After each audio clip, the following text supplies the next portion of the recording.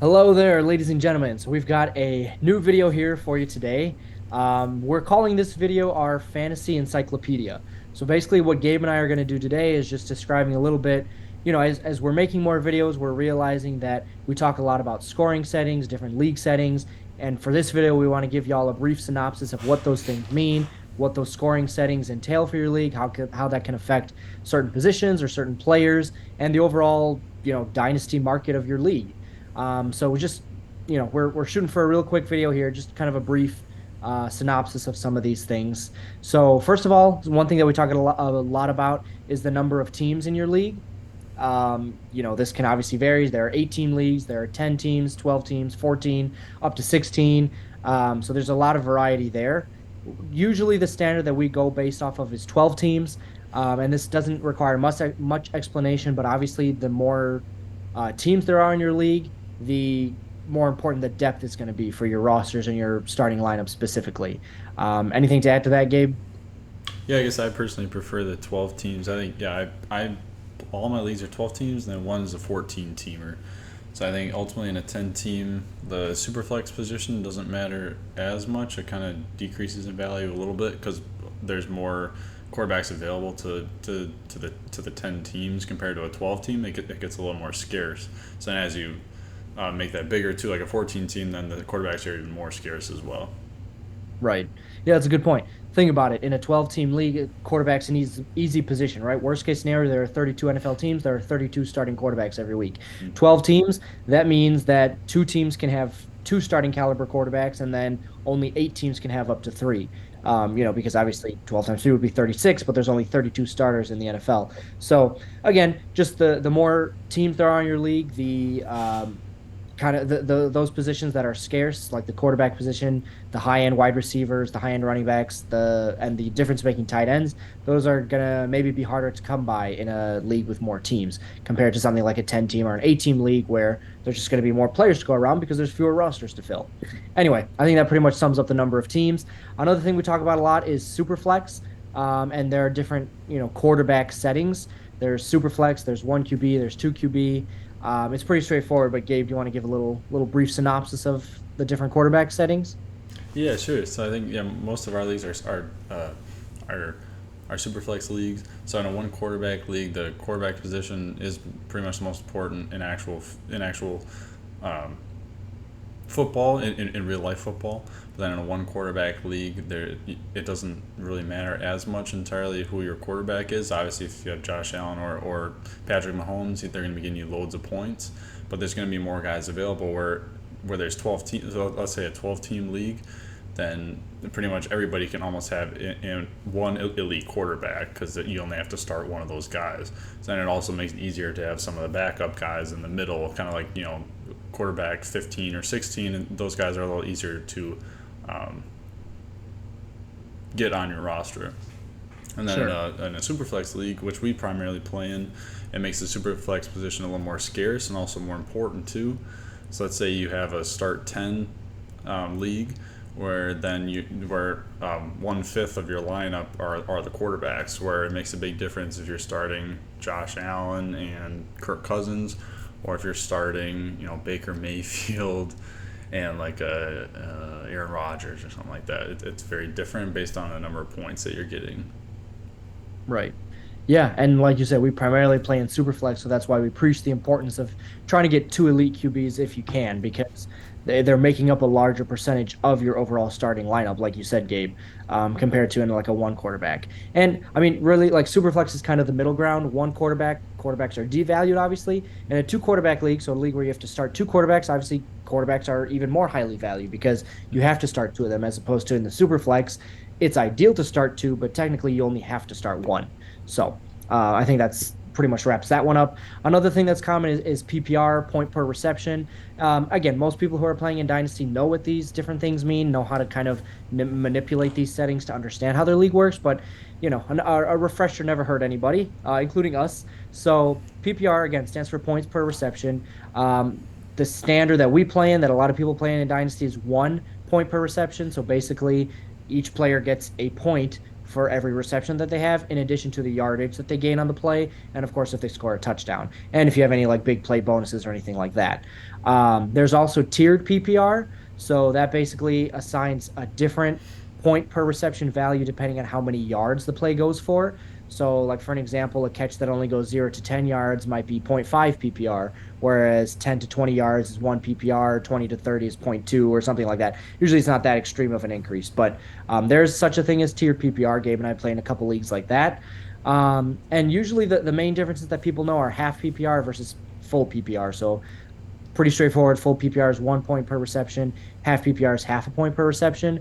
And just one thing I will say that we've noticed and that Warp charts show is that in a half PPR league, that actually gives an advantage to the running backs. Whereas in a full PPR league, because there's such a high emphasis on the receptions and obviously receivers and tight ends, but mainly wide receivers are catching a lot more balls than running backs are, a full PPR gives the advantage to the wide receivers. So that's something important to keep in mind. I guess moving on to the next one is tight end premium. So that's pretty important, also pretty straightforward. But why don't you tell us a little bit about tight end premium leagues, Gabe? You're in quite a few of them. Yeah. And I think I personally like the higher tight end premium leagues. So usually a tight end premium would be, let's say you have a standard point per reception league, so it's a 1 PPR. But then with the tight end premium, then the tight ends get higher than that standard PPR in that league. So let's say the PPR is 1, but then the tight end premium could be 1.25 or 1.5, 1.75 or 2 or even higher. So then it ultimately increases the value of the tight ends, which I think which makes it more fun, because then some of the lower tight ends kind of become more valuable, and then it also makes it so you can flex them a little bit more. Because they're getting more points for every catch they get more points than the running backs or the wide receivers, which is cool. So they have an advantage, but especially I think what's cool about these tight end premium leagues is the tight end, as most people probably know, isn't really valued as much, and they don't score as many points. But if you're in a tight end premium league, then they actually become more viable, which is cool. Especially if you kind of bump it up like crazy and do the 2 tight end premium, which I think is personally my favorite. Then it makes it so like guys like Travis Kelce or Mark Andrews are scoring a crap ton of points, but then also guys like Juwan Johnson last year, he's scoring, just as many. He's probably scoring like 15 points a week in a 2 tight end premium league, which is pretty cool. Right. Yeah, good point. Two quick things I will say about tight end premium leagues. So, the warp shows that if the tight end premium is 1.5 or less, tight ends really aren't making that much of a difference. Yes, obviously they're scoring more points per reception than a wide receiver, a tight end, or a running back, or sorry, than a wide receiver or a running back. But it really doesn't make that much of a difference in terms of contributing wins to your team. It's really when you get to 1.75, 2.0, and even higher than that, that the tight ends are really having a significant difference. That's point one. Point two I wanted to say about tight end premium. Is that the one thing that a lot of people don't understand is that they think tight end premium, if you add a tight end premium, it makes those like mid-tier tight ends more valuable. It doesn't. What it actually does is just increases the number of guys that could be viable options for your starting lineup. So kind of like someone like you were saying, a Juwan Johnson. He's not a mid-tier tight end. He wasn't last year. He's more of like a low-end guy who can make it into your lineup because, well, A, he had a surprisingly good year, but B, because of the tight end premium. So like the guys like a Goddard, like a Kittle, like a I'm trying to think who else, like Pat Fryermuth, guys who are in that range. It doesn't necessarily make them more valuable. In fact, if anything, they're less valuable because you're actually adding to the depth of how many guys you could start on a weekly basis and, score somewhat close to the rest of your league mates. So those are 2 points I wanted to make quickly about the tight end premium. Moving on, so point per carry, it's pretty obvious what it stands for. It's kind of the running back equivalent or the rushing equivalent of a PPR. So this is just awards a certain amount of points for every rushing attempt that a player gets. Obviously, those are usually going to be running backs, but it can also apply to quarterbacks and even wide receivers who get plays out of the backfield. So I think kind of the standard range for a point per carry is between zero point 0.1 to 0.25. So it's usually not obviously as big as like a PPR would be like a half a point or 1 full point. But those are obviously that's something to keep in mind that PPR leagues make it a lot more important to get not necessarily high end running backs, but guys who are going to get a lot of touches, which a lot of the time is also the high end guys. And it also gives another boost to the mobile QBs because they're also getting whatever that set number of points is every time they run with the ball. Anything you wanted to add about point per carry? No, I don't think so. Oh, and then also, I guess I thought of something else too. Uh, another setting you can do in scoring is adding the kickoff returns and the playoff returns, the punt returns and the kickoff Uh, returns. So that makes it interesting. Sometimes I played in a few leagues like that, and I think they're actually kind of fun because it makes some of those back end RBs or the wide receivers like a Devin Duvernay or something like that, or like a Naeem Hines who does the does the kickoff returns. Is then all of a sudden you look in those leagues, it's really interesting that they're scoring like 15, 16 points per game because they're getting so many points from the kick returns. It's kind of cool. right, right. Well, it's sad you brought up Naeem Hines because it doesn't look like he'll be Hmm. playing after the jet ski Yeah. accident. But um, anyway, yeah, no, that's a good thing to be. And right, the ultimate point of this video is just to know your league settings, know what the different scoring settings are, and have I guess the dynasty mind, so to speak, to interpret that how that can actually affect your lineups and your scoring. So the next thing we want to talk about is passing touchdowns. Um, Most leagues, I guess, at least the leagues that we play in, are either 4 point per passing touchdown or 6 point per passing touchdown. I know also a lot of people play in 5 point per passing touchdown leagues. Again, pretty straightforward. It's basically just how many points does someone get for throwing a touchdown. Usually it's going to be a quarterback, but you never know. There are trick plays, but basically, how many points are awarded for a passing touchdown? Now, one thing to keep in mind is a 4 point per passing touchdown league actually gives the mobile QBs an even higher advantage. They have an advantage in regardless of what the settings are, but especially in a 4 point because think about it, in 4 points, all anytime a quarterback throws a touchdown, it's only 4 points compared to the guys who actually have the capability to run touchdowns and get rushing touchdowns from the QB position. They're getting 6 points every time they get a rushing touchdown, so that gives them an added boost. Compared to like in a 6 point per passing touchdown, it's a little bit more even since you're getting the same number of points regardless of what form the touchdown comes in. And like I said, a lot of people like to play in 5 point per passing touchdown leagues because that kind of is more of a middle ground between the two. Anything to add there? Yeah. Oh, I was gonna say something. It's escaping me now. Oh, yeah. If you're playing in the 4 point passing touchdown leagues, you want to be careful too. Somebody like a Derek Carr or like a Rodgers who basically isn't going to get any rushing yards. They might throw for 3 touchdowns a game, but then it's not really helping you that much if that only equates to 12 points. Right. Yeah, exactly. Exactly. Okay, couple more here. So one is the number of starters. Again, very straightforward, but one caveat that we do want to bring up is that when we talk about the number of starters, we are not including kickers or defenses. For us in the dynasty leagues we play in, we don't play with kickers or defenses. I think a lot of people don't. I know some people still do, but just so keep that in mind. So when we say a start 10 league, that's not including a kicker or a defense. So it's only counting the number of offensive players that are in your starting lineup. So, was there anything you want to say about that? I mean, it's pretty straightforward. Yeah. There's actually Obviously, one. yeah. Sorry, Oh, go sorry. ahead. Go ahead. Oh, yeah. There's actually one league that I'm in. It's a free league, and it does have kickers in it. It doesn't have defense, but it has kickers, which is weird. And also, it's a 1.5 PPR. Okay, Kind of interesting. weird. Yeah, there's a lot of weird settings that you can have out there. And one pretty obvious thing that goes along with the number of starters is the higher the number of starters, the more important depth is. So if you have 12 starters, a start 12 league is a lot different than a start 9 league. A start 9 league, you're really going to want to pay up for those high-end players that are making a huge difference in your starting lineup, scoring tons of points, compared to maybe in a start 12 league, you might want to break down a single asset, a single player into multiple guys who are, within that threshold of hitting your lineup just because you have to start more guys. And that also plays a role in how many teams are in your league too. So, you could have like a 14 team start 12 league. That's entirely different than like a 10 team start 9 league or something like that, right? Like it's just the economy of those leagues is going to be so different, especially if people actually understand the format that they're playing in. And then the last thing we wanted to touch on for this video was warp. That's something we talk about a lot in our videos. It honestly, it's something that we're still trying to learn more about and fully understand and utilize when we're playing. But it's WORP. Warp stands for wins over replacement, and more or less it's just basically how many wins over the replacement level is a certain player contributing to your team over the course of a season. So it can be positive, it can be negative, it can be zero. uh, just to keep this kind of like in a nutshell, a player that has a 0 warp for the season basically contributed nothing. Like they were just replacement level for the whole year for your team. They didn't give your team any boosts. They didn't like contribute more wins to your team, nor did they take anything away or cause you to lose matchups or something like that. Whereas a player with a positive warp actually added wins to your team over the season. A player with negative warp took away wins potentially from your team from the course of this season. But I know there was some stuff you wanted to mention too about Warp, right? No, no, I don't think so right now. I was But, actually well, thinking about another scoring format. okay. Well, I thought you were going to bring it up, but we should talk about like Oh, some of the drawbacks of Warp too. oh, sure.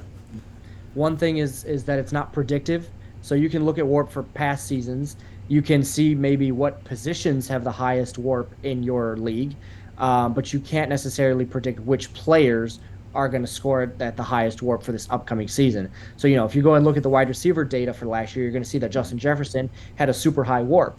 Now, yes, we know he's a stud. He's on a historic pace. Yes, he's probably going to have a high warp again this year, but you can't predict who's going to be the highest. It could be Justin Jefferson, it could be Jamar Chase, Cooper Kupp, Devontae Adams, whoever. So that's one drawback of warp is that it's not predictive about the specific players. Another drawback is that the warp only takes into account the guys that you're actually putting in your starting lineup. So if you're in a lineup league where you have to set up lineup every week, the warp only accounts for the guys that are in your lineup. If someone, let's say a player has a positive warp throughout the course of the season, but for whatever reason you didn't start him most weeks, he was on your bench, he's not actually contributing that positive warp to your team. So warp, I feel like works even better in a best ball format since you don't have to start your lineup, but that's just something to be aware of. And again, I think warp is a great tool to use. It's something we're trying to learn more about. It's something that's relatively new to the fantasy space, but it's something that if you really kind of nail it down and understand it well, you can use it to your advantage in the leagues that you play in. So, all right, throwing it back to you, Gabe. What else did you want to touch on? Yeah, yeah, I guess touching on that, like you said, the best ball. I guess that's the other thing I wanted to bring up: best ball or a lineup format, because Sure. I know we've actually gotten into a few best ball leagues recently, but dynasty best ball leagues. So then there's a big difference there for compared to lineup because you're not actually setting the lineup, and like you said, the warp is different because you don't have to guess when this guy is going to pop off. The app is just going to choose your best lineup for you. So it makes it a little easier to kind of get some of those depth pieces and to make some of those deeper wide receivers or tight ends or quarterbacks slightly more viable than just the top guys. Because in a lineup league, you just want those top elite guys. Where you can just lock them in your lineup week after week after week, and you don't want to be starting like a wide receiver 4 in your wide receiver 2 or 3 spot because you know that guy's warp is going to be very low and he's not going to contribute to your team. Right. Right. Basically, to sum up what you just said, in a lineup league, you want guys whose scoring is going to be more predictable because you have to decide when you're going to put them in your lineup. Whereas in best ball, you kind of embrace the guys who have the highs and the lows because the lows most likely won't affect you as long as you have good roster construction and good depth. They're going to be on your bench. Whereas when they hit the highs, the boom weeks, they'll be in your starting lineup. So, and we won't get into the nitty gritty of it now, but that affects your roster construction significantly. Again, in terms of like in lineup, you want the guys who are going to be predictable. You're going to know as best as possible when they're going to have good weeks versus when they're not going to have good weeks. So that's kind of it. We wanted to keep this video short. It's longer than we anticipated, but definitely shorter than our other videos so far. But just a little fantasy encyclopedia for you all to reference. Again, we want to help you guys get a better understanding of the specifics of what we're talking about, like when we're describing our leagues, going over trades, going over rosters, going over startup drafts, whatever it is, help you guys understand the different settings and formats and what they mean. And right, I think you'd agree, Gabe, like a lot of people, they have a surface level understanding of what their league settings are, but they don't truly understand at a deeper level how that actually impacts things like warp and who you're putting in your starting lineup if you're in a lineup or how you can actually use that to manipulate the market of your league. And so that's stuff we've gotten into in some of the videos we've created. We definitely want to get into it more as we go on, but this information is helpful for us in terms of breaking down trades, evaluating startup drafts. Also, we did that one video. We'd like to do more roster breakdowns, not just of our own teams, but also of some of you guys, our subscribers or people who watch our videos. We'd like to get into more of the roster breakdowns for you guys as well. So knowing this information is helpful both for us, but also for you guys to play in your leagues, to hopefully dominate your leagues, but then also to give us this information too, if and when you're asking trade questions or roster breakdowns or things like that. So without going on any further of a rant, I'll cut it off there. But was there anything else you wanted to add, man? Yeah. I guess I wanted to add too. I guess with this video, we want to help you guys out. I would recommend you guys if you're going into a new startup, like let's say you just joined a new league, like off like Reddit or like the sleeper forums or something like that. I would check the settings immediately and check out what's going on, especially if you're not the commissioner of the league, you didn't make the settings. So I would go in and see if any of them changed. You know, how many, what are the passing point touchdowns? Is there point per carry? Things like that, because that can help you uh, draft your team. And then also, I guess it's fun if you are a commissioner of leagues. I think it can be fun to play around some of these settings and have like a higher lineup league or like a point per carry, and it can make the leagues a little bit more fun rather than there's just PPR and then that's it. And then Right. also, I guess I wanted to ask, what is your favorite format right now? That's a good Yeah. question. So my favorite format, I think this is the similar format that we did when we did our startup video about our startup draft. But so I like 12 teams. Start 11. So again, that doesn't include kicker or defense, but that keeps it pretty deep without getting like too crazy in terms of the depth. So start 11, full PPR. I do like a point per carry, usually a 0.25 point per carry to kind of help the running backs even out the wide receiver scoring a little bit. And I like either a 1.75 or a 2.0 tight end premium. So pretty on the higher end there of the tight end premiums is what I like. And I think I mentioned Superflex, right? I mean, definitely I like Yeah. Superflex. And I kind of like the 5 point per passing touchdowns because I think it is kind of a nice medium. I think the 4 point gives too much of an advantage to the mobile guys, whereas the 6 point, I feel like it's almost like too much scoring, which I know is probably not what most people think, but I kind of like the 5 point touchdown scoring because it's a little bit in the middle.